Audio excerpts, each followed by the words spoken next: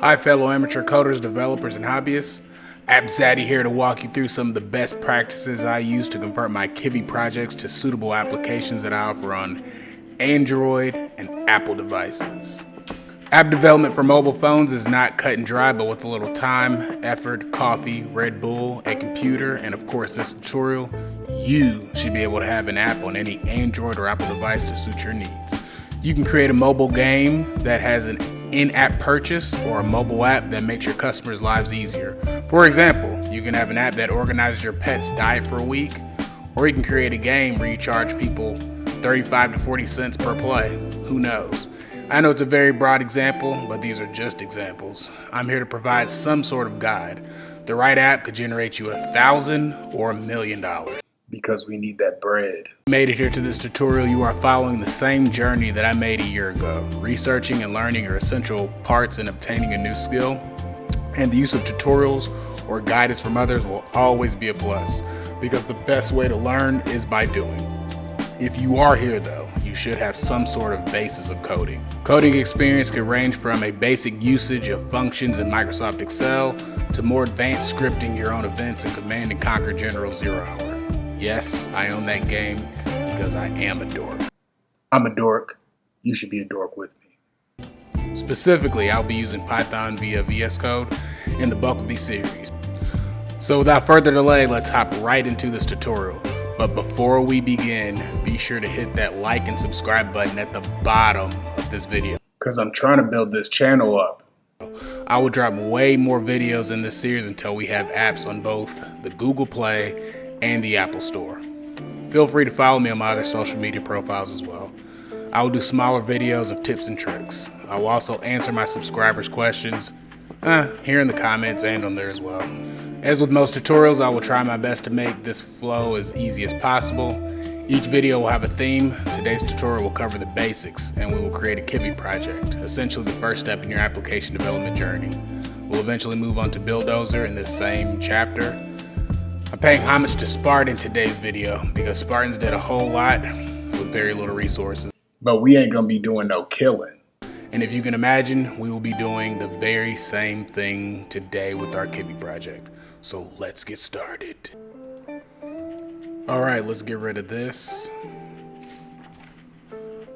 Obviously, you will need to be in possession of a computer, preferably your own. Stealing's bad, just don't do it. My path started with Windows PC, so this tutorial is going to go through with the understanding that you have a Windows PC. If you have a Mac, you can still follow along. You would just need to do things that, are compatible with Mac.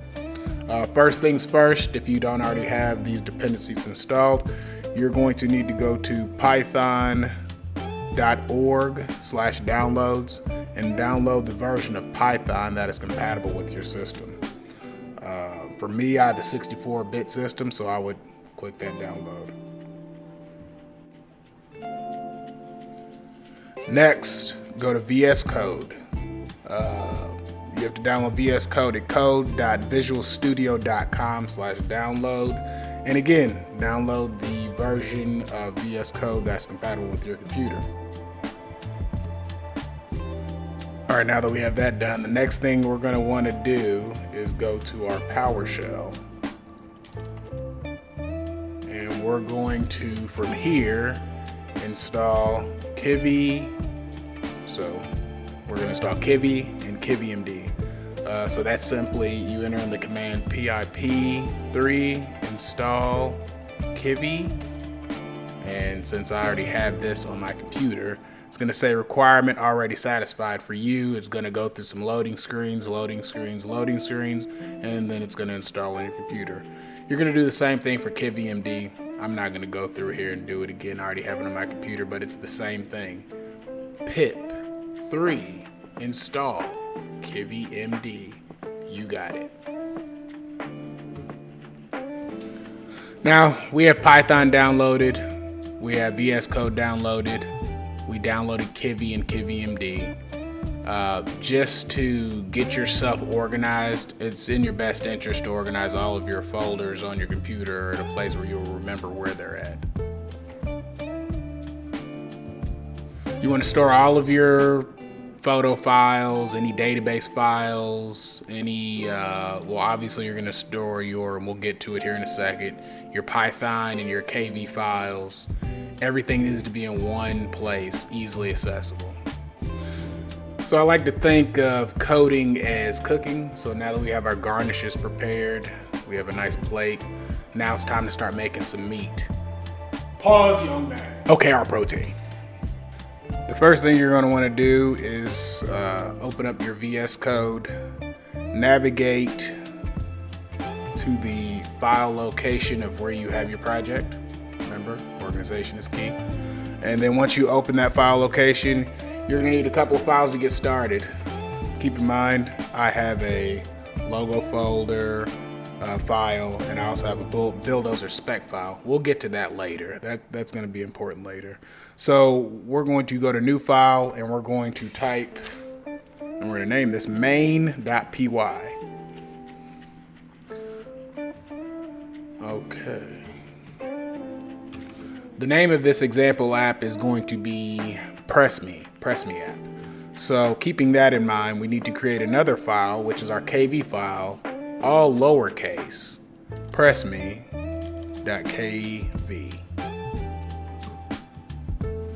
Our KV file is our design file.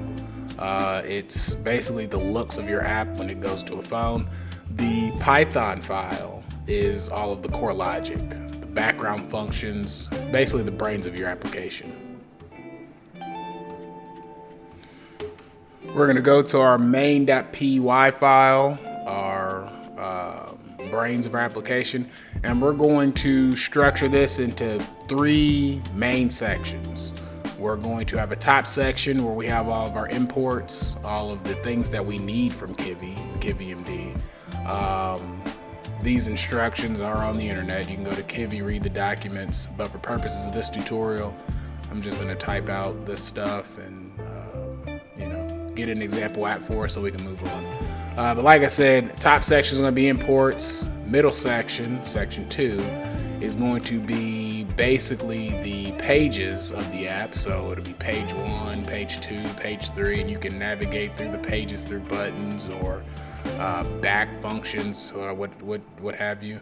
And then the last section is going to be basically the end of the code that says, hey, if the things above exist, please provide me with a working application. I'm going to type this out really quick and I'll get back to you. So I'm going to disappear.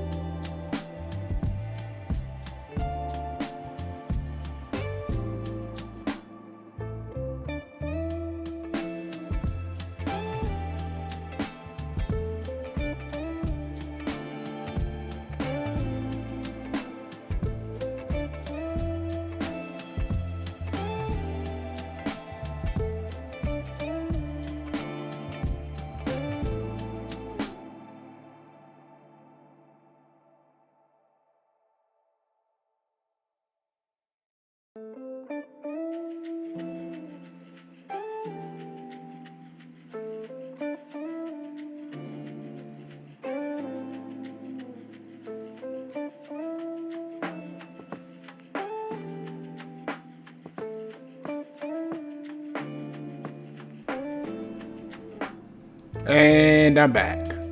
So, like I said, I typed it out. Now we're going to review what I typed. You can review along. Let's blow this up a little bit. And you can see right here, like I said, I did the top section of the imports, stuff that we're going to need from the Kivy and kivy-MD documentation. Really don't need anything right now from Kivy. I'm using all kivy-MD stuff, but just in case you need to use some stuff from Kivy later, I already put an import there. So I got the top section, and then here we go with the different screens. I got the intro screen. I have a chat screen because I'm gonna do some razzle dazzle in this example, and we're gonna have a chat bot. And then this is not necessarily a screen. This is the app functions. So we have a function here that actually builds the intro screen's layout, which is gonna be a box layout. We're gonna show the intro screen. We're gonna show the chat screen right here. And then, like I said, this is the third section where it says, hey, if the above things exist, build me an app. So what we're gonna do is, here, I clicked play, and it goes through down here and it says, hey, I'm gonna build your application, or build an example of your application. Here's the name of my app, press me. That's the only thing that works because it's the name of the application. But you don't see anything inside of here because I don't have any of my design created yet in the kv file. So let me do that and I'll be back.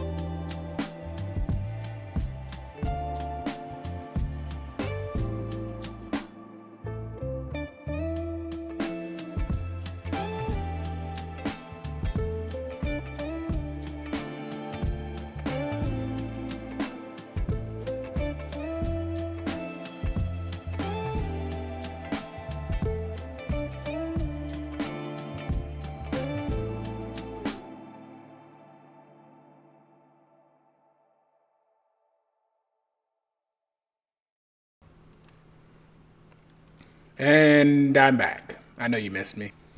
No, we didn't. You're mean.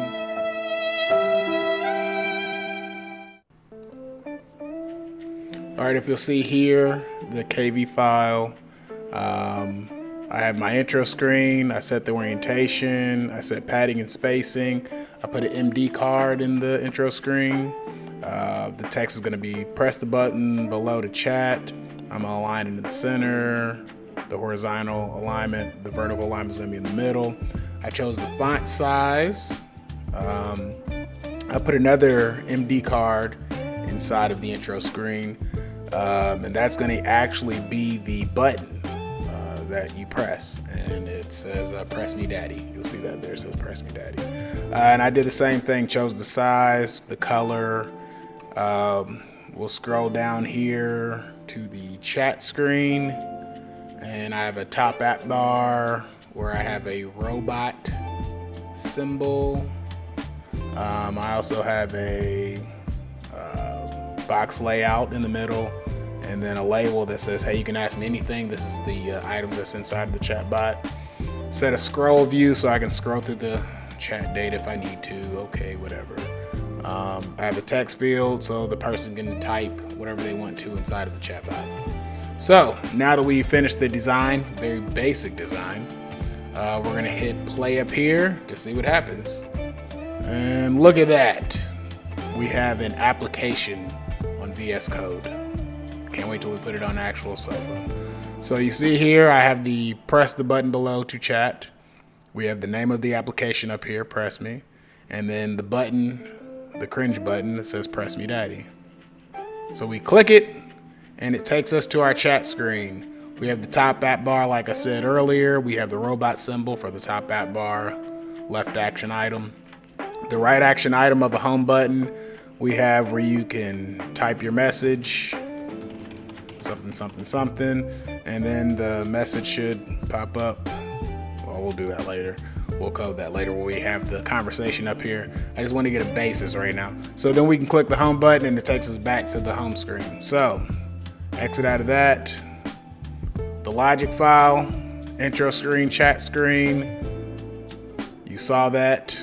And then the design file. I designed everything here. Now we convert this into something that the Android device can read. And the first step in that is using a program I call buildozer. So in order to download buildozer, you have to use a virtual machine. I use Ubuntu. So Ubuntu, you can go to the Microsoft Store, download Ubuntu onto your machine. Once you download Ubuntu onto your machine, you'll get a terminal that looks like this. And you're gonna do it the same way as we did with all of our other programs. pip3 install buildozer. Obviously I already have it on my machine, so it's gonna say requirement already satisfied. And so on your machine, like I said, it's gonna go status bar, installed. Yay, it's on there. And from here, again, it's still highly important that you know where all of your folders are on your computer. You're going to want to navigate to the project folder. In my case, it's YouTube, so I'm going to put in CD.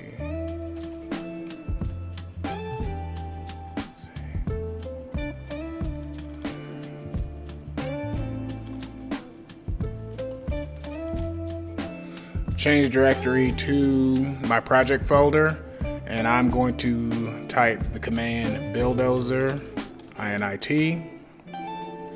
If it's your first time doing it on your project, it's going to say, yay, we created an initiation folder for buildozer on your in your folder. But for me, since I already have a buildozer spec file, it says that you already have it. So I created the spec file. I'll go here to edit the spec file. Mine is already edited. I'm just going to show you what I did to edit it. First thing I did was change the title. That's going to be line 9. So I changed it to Press Me. I changed the package name to Press Me. And I changed the package domain to org.press. And again, this is a simple application that we're doing today, so we're not going to get too crazy. Source included extensions. Make sure it's Python, PNG, JPG, your KV. Scroll down a little bit. And then make sure that your requirements say Python 3, Kivy, and kivy-md. And for this simple application, that's all we're going to need. So then I'll go back to this section here, and then we'll type in buildozer Android debug. We'll hit enter, and that's gonna take a while. Might take 20 minutes, might take 30 minutes, who knows. I'll be back.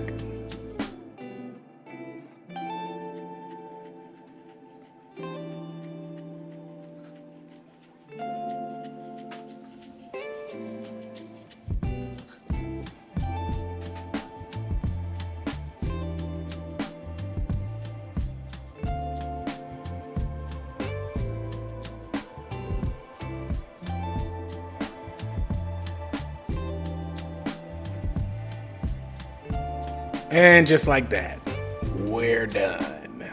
Yes. The APK was put into a bin folder.